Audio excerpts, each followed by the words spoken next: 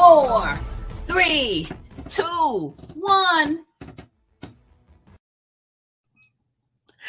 Well, good morning, or should I say good afternoon. We are back. We are live, officially live with J.E.D.I Lunch Break Live. That's right. We took August off, but it's September now, baby. So we are back in full effect.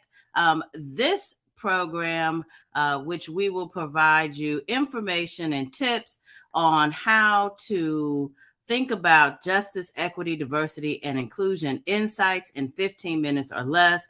I have gotten so many questions during our hiatus. So about specifically around, okay, Holly, you gave us the information on why this is important. You gave us kind of some background in the business case, if you will, on how this helps us to connect to customers or clients or attract talent.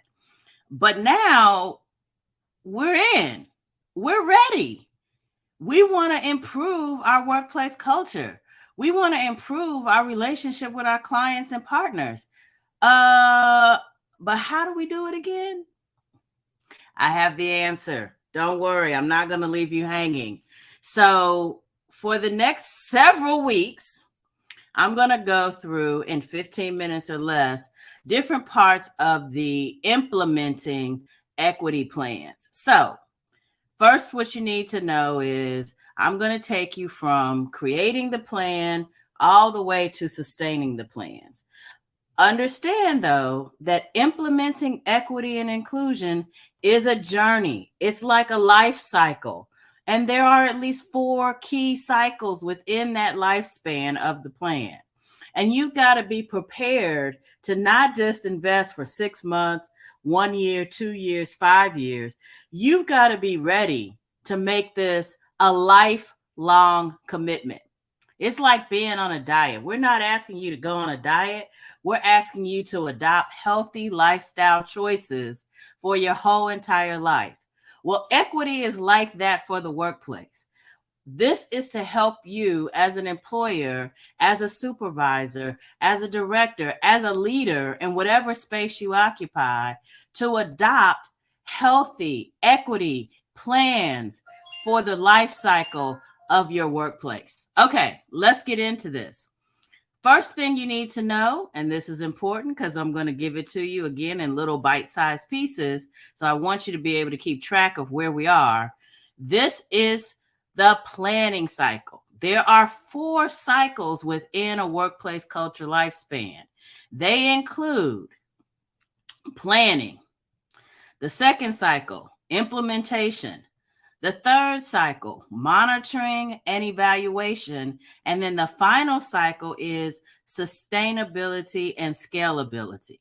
So while I know some of you may already have plans in place, so you may already be completed with 1 or more of these cycles, I'm going to go through and explain them so that you can figure out where you are in the cycle. It doesn't require that you start at a beginning point. You can pick these practices up at any point in the life cycle. So we just want to let you know that. We're going to start at the beginning, and this may help you or it may inform you in plans that you already have. Okay, so today specifically, we're going to focus on the planning cycle. And under the planning cycle, there's at least 5 core things that you need to be aware of. And those core things are, you need to think about doing an assessment. You need to make sure you have clear objectives. You need to include and involve your stakeholders. You need to make sure that there's a commitment to resources and funding. That means budget. As my good friend and business partner, Renee Redwood, says, budgets are statements of priority. So having and including a budget is important. More on that in an upcoming segment. And then finally, you need to make sure you have a legal review. And you want to make sure that it complies to the laws. Today, we're going to focus on the assessment part of this. So The very first thing that you do at the very beginning of implementing an equity plan within the planning cycle, I want to make sure you got all the connectors, is focus on having an equity assessment. Why is this important? Because we want to make sure that we can measure success. We want to make sure that as we are going, we are learning, and we need to have some benchmarks and some baseline in order to be able to do that. Yes, ultimately, your impact and outcomes are going to be measured by the sustainability of your workforce, the quality of your outreach to customers, and the integrity of the partnerships that you have with outside stakeholders. But also, we want to make sure that you have some objective measures and indicators that can help you know along the way how you're doing. So, what is involved in an assessment? And let me say, when you're thinking about this, assessment can happen in any environment. Now, as you know, as a J.E.D.I master, I can apply this to multiple kinds of environments. But for the most part, we're going to be talking about workplace environments. But I want to note that for those of you who are also looking for ways to implement equity in your school or in your community, these plans and ideas are adaptable to those environments as well. All right, let's focus on the idea of conducting the equity assessment. What's involved? Well, first of all, let's start with just raw data. And what I'm talking about when I'm talking about data is, what do we know about our people? What do we know about our people? Do we know who they are? And you and each individual organization needs to decide what data points about your people are important. You may already be collecting this through an HR process. You may, if you haven't collected demographic information on people, then I recommend that you look at doing so through a census process. But you need to start with some information about who your people are.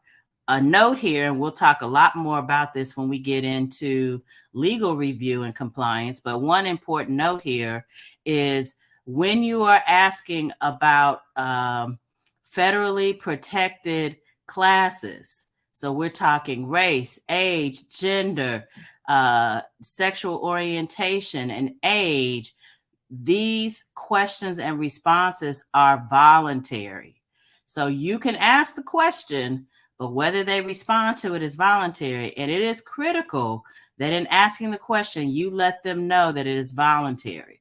It is also best to ask these questions, especially if you haven't already included them as part of your employment process and you're doing a census. My recommendation is to ask these questions anonymously so that they're not tied to a specific named individual, but rather just represent a census of who's working with you and who's in your culture. So let's assume you got the data. The second thing you need to think about is, what are the opportunities? Where are the spaces in which we know we want to focus on in terms of looking at equity? So are we really interested in using and creating more equitable experiences in hiring or employment, for instance? Are we looking at professional development? Are we looking at a specific program? Perhaps if we're a nonprofit organization, we're looking at it in terms of who's sitting on our board. So you really want to identify where are the spaces where we want to create more equitable opportunities. So spend some time defining where some of those opportunities exist. Obviously, once you've identified the opportunities, the next thing you need to be clear about is, what are the potential outcomes? What would you like to see? Would you like to see, for instance, and it's important to be as specific as possible, because when you can name it and claim it and describe it, you have a higher likelihood of success. So what does that mean? Maybe you want to see more women on your board because your board doesn't currently have any.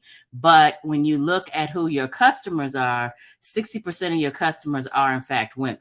So you may want to have more women on your board. Maybe you're looking to outreach to the LGBTQ plus community. And again, best tie it to some type of rationale for that. Maybe because you've seen a spike and increase in the number of clients that you have that represent that community. Whatever it is, you want to be clear about where you're trying to go. And then finally, you may want to capture some of the different experiences that groups have had. So, what tool do you use to get all of this? Well, the simplest tool is some type of survey. Generally speaking, I like to think about things like an annual workplace culture survey. Some people think of it as an employment engagement survey. We've also seen it just talked about as an equity survey, but something that gives you a sense around your employees' experiences, and that you're capturing that so that you understand the breadth of experiences that are happening throughout your organization. Now, how do you do all of that? Well, the easiest thing to do, honestly, is to hire a professional consultant. But if you're not at a place where you're ready to hire a consultant, then I recommend that you can utilize some existing tools. Google is your friend here. I know that the Society for Human Resource Management also has some tools available. You may be able to meet with a consultant to help you design some of the survey questions and then issue the survey on your own. Although this is what I will point out to you. When you work with a person who has professional analytic skills and knows how to manage statistics, it also gives you a degree of separation and creates a level of confidentiality and trust with your workforce if you use an outside source. But if that's not feasible, don't let the perfect be the enemy of the good. Work on how you can create your own census to obtain this data. Woo! All right. Well, that was a whole lot. Hopefully that really helps you get it started. It's so important that you create a baseline. As I said, you can do so through a variety of different tools. You can use a survey. You can also look at doing a questionnaire or focus groups. But it is important that you have some data, both qualitative and quantitative, to include when you're looking at a survey. And what you do with those results, that then establishes your baseline. All right, we talked a little bit about opportunity and outcomes today, but next week when I come back, we're going to continue digging into this planning cycle. So part 2 will really focus on setting clear objectives so that you know exactly what you want to achieve when you're putting forth a measure, an equity program. And this probably comes as no surprise, but it needs to be both measurable and time bound. All right, that's the only little snippet that you're getting out of me today because I am not going over my 15 minutes. I want to see you back here next week at noon Eastern Standard Time for more J.E.D.I Lunch Break Live. That is justice, equity, diversity, inclusion, insights in 15 minutes or less. And if you don't know already, please don't forget to share this with your friends. Like, subscribe, and follow me in all the places. See you next week. We're back live. Bye.